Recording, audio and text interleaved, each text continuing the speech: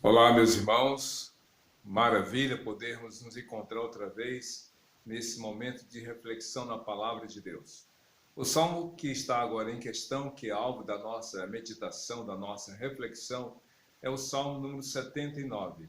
E se você observar, este salmo, como os outros, apresenta um momento histórico na vida de Israel.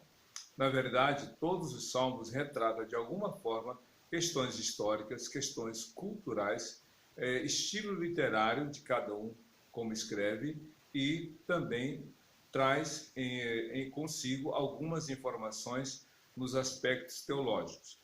Então, cada vez que você for ler qualquer texto bíblico, precisa fazer essas três perguntas, que são muito importantes para uma adequada interpretação do texto bíblico.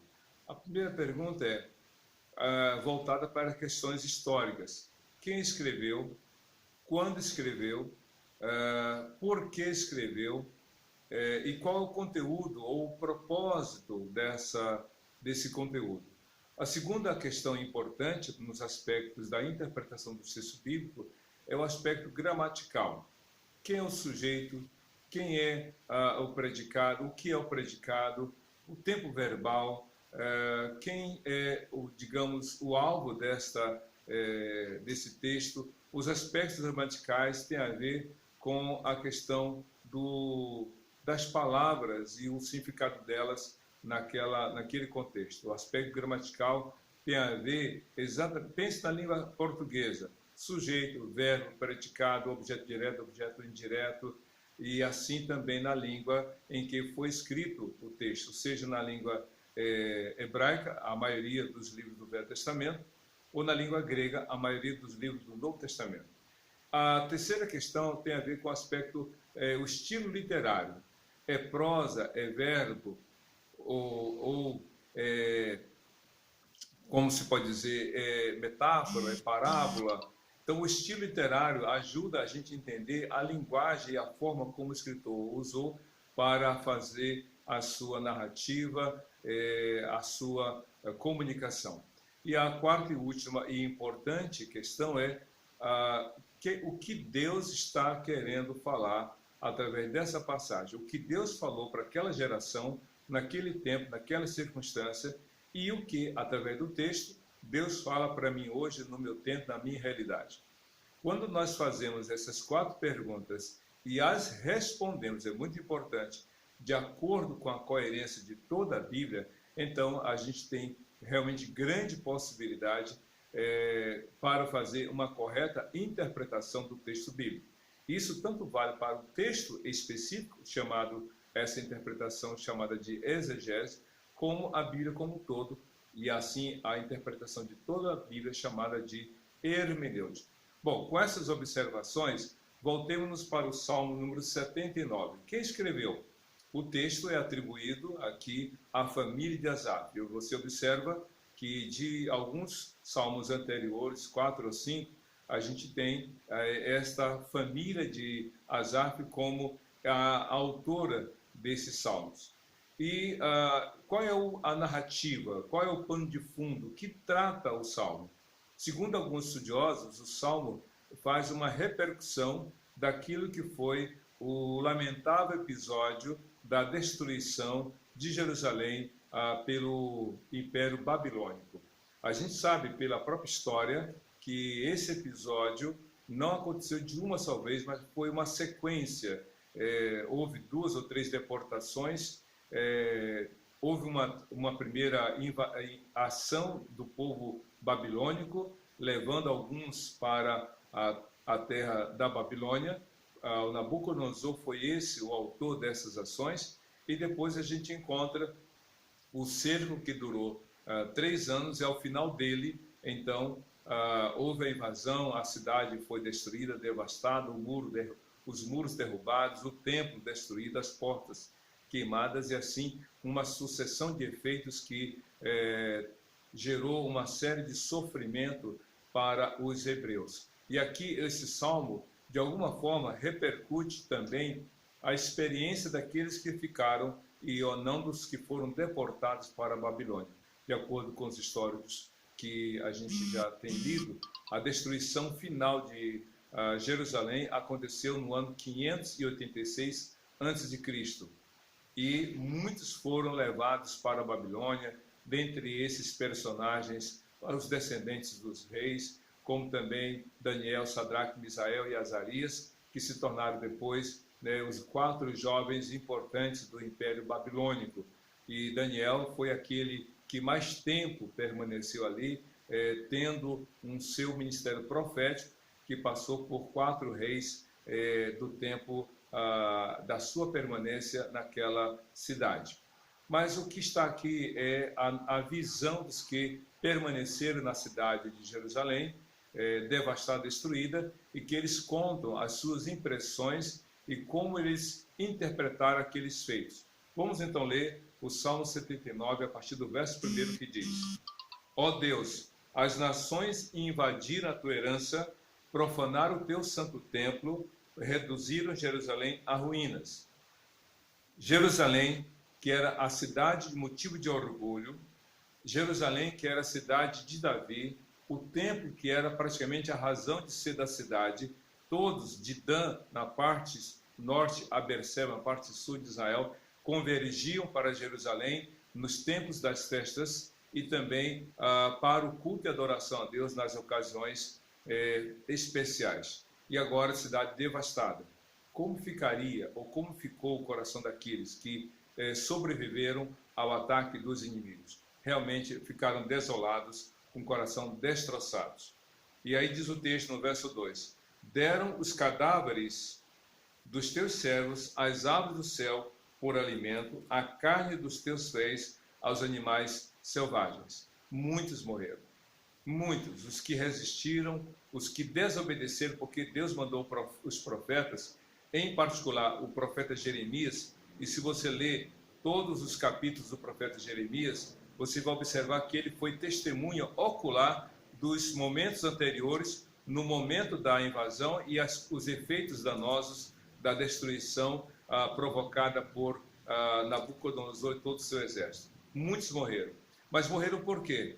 Porque não deram ouvidos, porque o profeta Jeremias, a mando de Deus, disse: rendam-se, não lutem, sujeitem-se aos babilônicos, porque eu os enviei para realmente trazer todo esse mal, porque vocês não crerem em mim. Porém, Zedequias e todos os outros reis, antes dele como depois, se insurgiram, desobedeceram e, em vez de se renderem, lutaram. Muitos fugiram para o Egito, para outros lugares, e então houve a morte, e não só morte pela espada, mas 4 tipos de morte ocorreram ali entre os hebreus. A morte pela espada, a morte pelas pragas, a morte por pestes e a morte também pela fome. Então foi algo terrível para aqueles homens. No verso 3 diz: derramaram o sangue deles como água ao redor de Jerusalém, e não há ninguém para sepultá-los. A gente sabe hoje, infelizmente, que devido à Covid-19, muitos não tiveram a oportunidade de maneira digna, de maneira solene, de maneira mais participativa, sepultarem os seus mortos.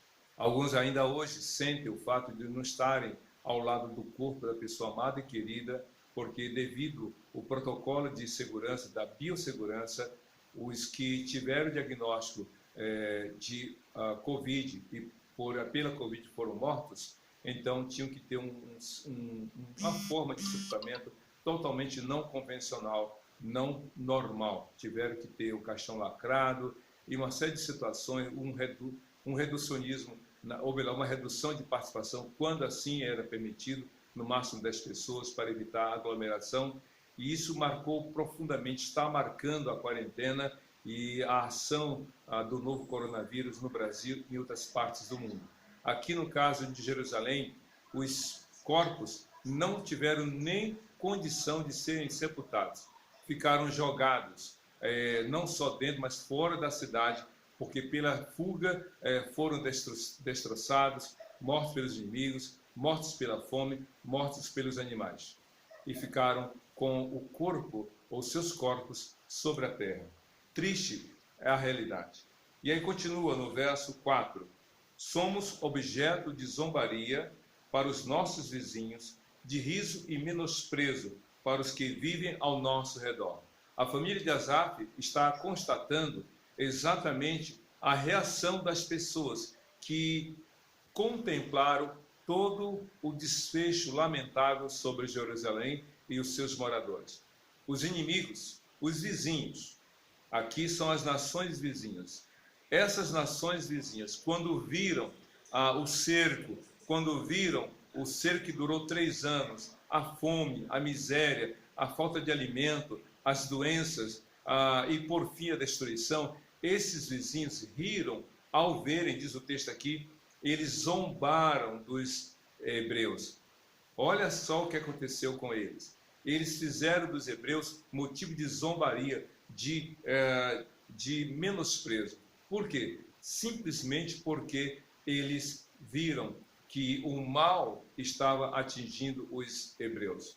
E aí vem uma questão muito interessante para nós refletirmos. Quando você está indo de bem a melhor, nem sempre aqueles que não gostam de você realmente aprecia, realmente dá os parabéns, geralmente reconhece o seu valor.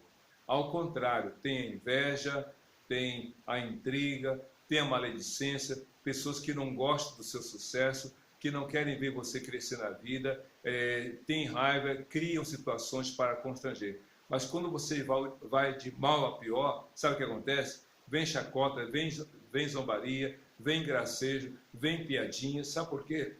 As pessoas que não amam você detestam o seu sucesso e riem do seu fracasso. Mas a Bíblia não nos ensina isso. A Bíblia nos ensina outras verdades importantes. A Bíblia nos ensina que devemos chorar com os que choram e se alegrar com os que se alegram. Então, se há alguém que está chorando pelo seu sucesso e rindo do seu fracasso, saiba que essa pessoa não ama você. Porque quem ama você chora com o seu sofrimento e se alegra com a sua vitória. Aqui não, os vizinhos de Jerusalém, do povo judeu, ao contrário, estavam zombando diante do sofrimento deles e rindo do fracasso, da derrota, da destruição. E aí então, diz aqui no versículo 5, uma pergunta que alguns salmistas fizeram nos salmos anteriores. Até quando, Senhor? Ficarás irado para sempre? Arderá o teu ciúme como fogo? Então, o salmista, aqui a coletividade, a família de Asaf, faz essas duas perguntas, porque para eles, todo o sofrimento, toda a dificuldade que eles estavam enfrentando em função da destruição de sua cidade, do templo, eles entendiam que de alguma forma Deus estava manifestando a sua ira, manifestando realmente o seu ciúme, no sentido de que o povo havia deixado o Senhor e partido para a adoração a ídolos, a imagens feitas por homens, imagens de pau e pedra, de metais, e que eles haviam abandonado o Senhor e então haviam se prostituído na linguagem bíblica, porque se você entender essa linguagem, Deus no Velho Testamento se apresenta como esposo e Jerusalém como a sua mulher, o marido, Deus, e a mulher, Jerusalém. E Jerusalém, personificada nessa mulher, então abandona o seu marido e vai atrás de outros, dos seus amantes. Nesse caso, Israel deixou o Senhor, Jerusalém deixou o Senhor Deus e foi atrás dos ídolos que eram adorados pelas outras nações. Daí eles entenderem que todo aquele sofrimento era consequência do ciúme de Deus, porque Deus foi abandonado por eles. E aí diz o texto, no verso 6, derrama a tua ira sobre as nações que não te reconhecem, sobre os reinos que não te invocam o teu nome, pois devoraram Jacó, deixando em ruínas a sua terra. Eles entendiam que, embora fosse realmente todo aquele sofrimento, consequência da rebeldia, da incredulidade, da falta de temor a Deus, da desobediência, eles também estavam dizendo: Deus, veja o que eles estão fazendo diante da nossa dor. Lá em Provérbios, escrito por Salomão, filho de Davi, ele diz que aquele que ri, que debocha da dor do outro, é como aquele que joga vinagre na ferida. Então eles já estavam sofrendo. E o sofrimento foi aumentado diante da não impassividade, ou melhor, diante da inércia, mas diante do deboche, do riso das nações vizinhas. Então eles pedem para Deus intervir e agir contra os seus inimigos. No verso 8 diz assim: não cobres de nós as maldades dos nossos antepassados. Venha depressa ao nosso encontro a tua misericórdia, pois estejamos, ou melhor, venha depressa ao nosso encontro a tua misericórdia, pois estamos totalmente desanimados. Deixa eu aqui ler novamente essa frase. Não cobre de nós as maldades dos nossos antepassados.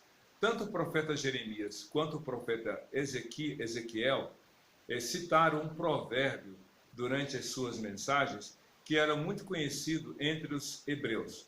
Os pais comeram uvas verdes, os dentes dos filhos se embotaram. Que provérbio era esse? Era o seguinte: o pai cometeu um pecado, então quem vai pagar é o filho. E isso era comum eles falarem. Por isso, se você ler Ezequiel 18, por exemplo, Deus fala assim: nunca mais se dirá tal provérbio no meio de vós, no meio de vocês. Os pais comeram uvas verdes e os dentes dos filhos se embotaram. Ou seja, Deus fala: toda alma que pecar morrerá, sofrerá as suas consequências. O pai não sofrerá as consequências do erro dos filhos, nem os filhos sofrerão, ou melhor, os pais não sofrerão, não serão culpados pelos erros dos filhos, e nem os filhos sofrerão a culpa do erro dos pais. Cada um levará sobre si os seus próprios pecados.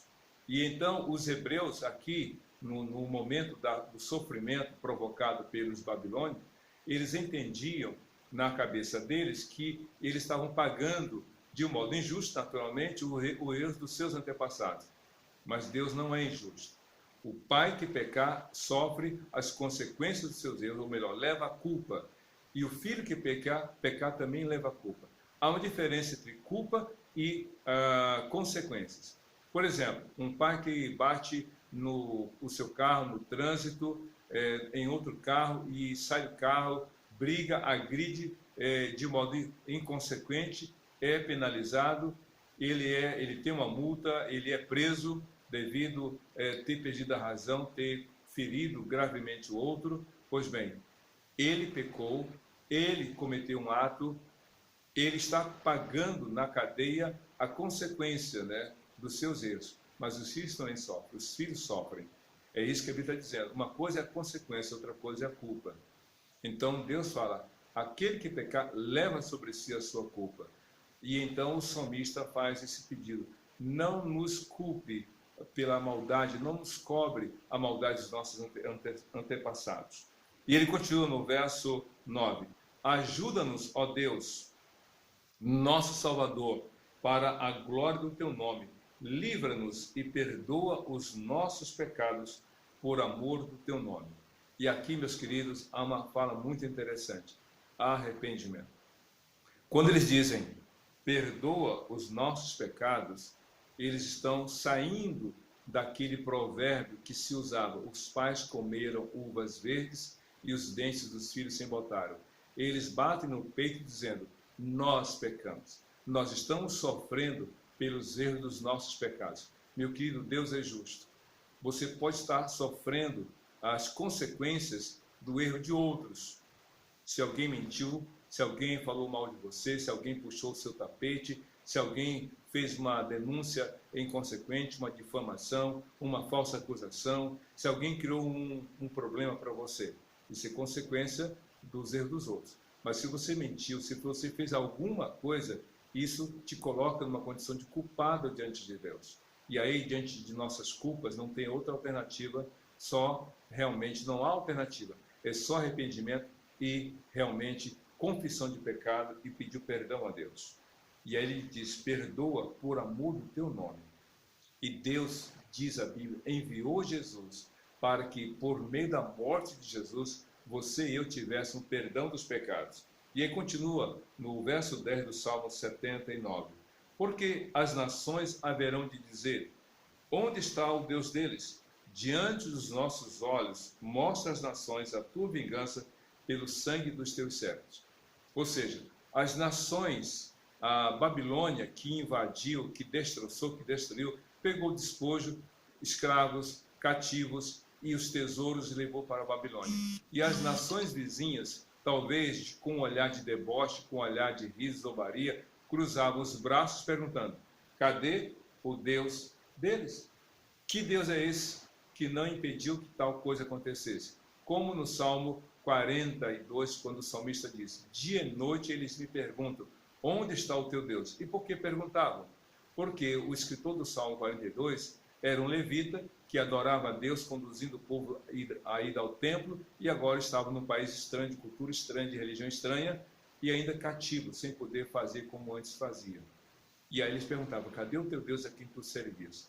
Talvez alguns estejam perguntando a você: cadê o teu Deus que te deixou desempregado? Cadê o teu Deus que não evitou que a Covid chegasse até a sua família, a seus amigos? Cadê o teu Deus que deixou a tua despensa vazia, tua conta agora sem dinheiro? Cadê o teu Deus que não está agindo realmente diante dos problemas que enfrentamos? A primeira pergunta é: por que Deus não age? Deus é amor. Ainda que Ele não tenha prazer e não tenha prazer no nosso sofrimento, Ele permite o sofrimento para que a gente dependa dEle, reconheça os erros e pecados, os confesse, os abandone e cada um busca a Deus de todo o seu coração. No verso 11, aproximando-se do final do Salmo 79, o escritor diz o seguinte: cheguem à tua presença os gemidos dos prisioneiros, pela força do teu braço, preserva os condenados à morte. Eles estão pedindo misericórdia. Estão pedindo a compaixão de Deus. Pediram perdão mediante o arrependimento sincero e agora pela misericórdia. E o que é misericórdia? Senhor, freia o mal sobre nós. Chegue à tua presença o gemido dos prisioneiros, dos que foram levados cativos. Preserva os condenados à morte. Poupa a vida deles. Que Deus tenha misericórdia de você, de mim, de todos nós. A pandemia vai passar. A Covid-19 vai ter o seu fim. Mas até o fim dela chegar, até essa quarentena terminar, temos que contar com a graça e a misericórdia de Deus. Não se insurja contra o Senhor, não ponha em dúvida o amor e o cuidado do Senhor, confie nele. E aí no penúltimo versículo, versículo 12 do Salmo 79, a Bíblia diz assim: retribui 7 vezes mais aos nossos vizinhos as afrontas com que te insultaram, Senhor. É interessante, vejam só, retribui 7 vezes mais aos nossos vizinhos pelas afrontas com que te insultaram, Senhor. É interessante, os hebreus foram insultados, foram motivo de deboche, de gracejo, mas eles estão dizendo o seguinte: não foi a nós que ele atingiram, foi a ti, Senhor. Nós estamos sofrendo porque o Senhor quis, mas eles estão se insurgindo contra o Senhor, que o Senhor venha agir contra eles. E aí então termina o texto dizendo o seguinte: então nós, o teu povo, as ovelhas das tuas pastagens, para sempre te louvaremos, de geração em geração cantaremos os teus louvores. É interessante, o Salmo fala de um momento degradante, um momento vexatório, de destruição, de derrota, de perdas, de sofrimentos outros, mas termina com a palavra de esperança e de fé no Senhor. Então o teu povo, eles ainda que se consideravam o povo de Deus apesar de tudo, Deus ama você, creia no amor de Deus apesar de tudo. As ovelhas das tuas passagens para sempre te louvaremos. Louve a Deus, meu querido. Não espere as coisas melhorarem.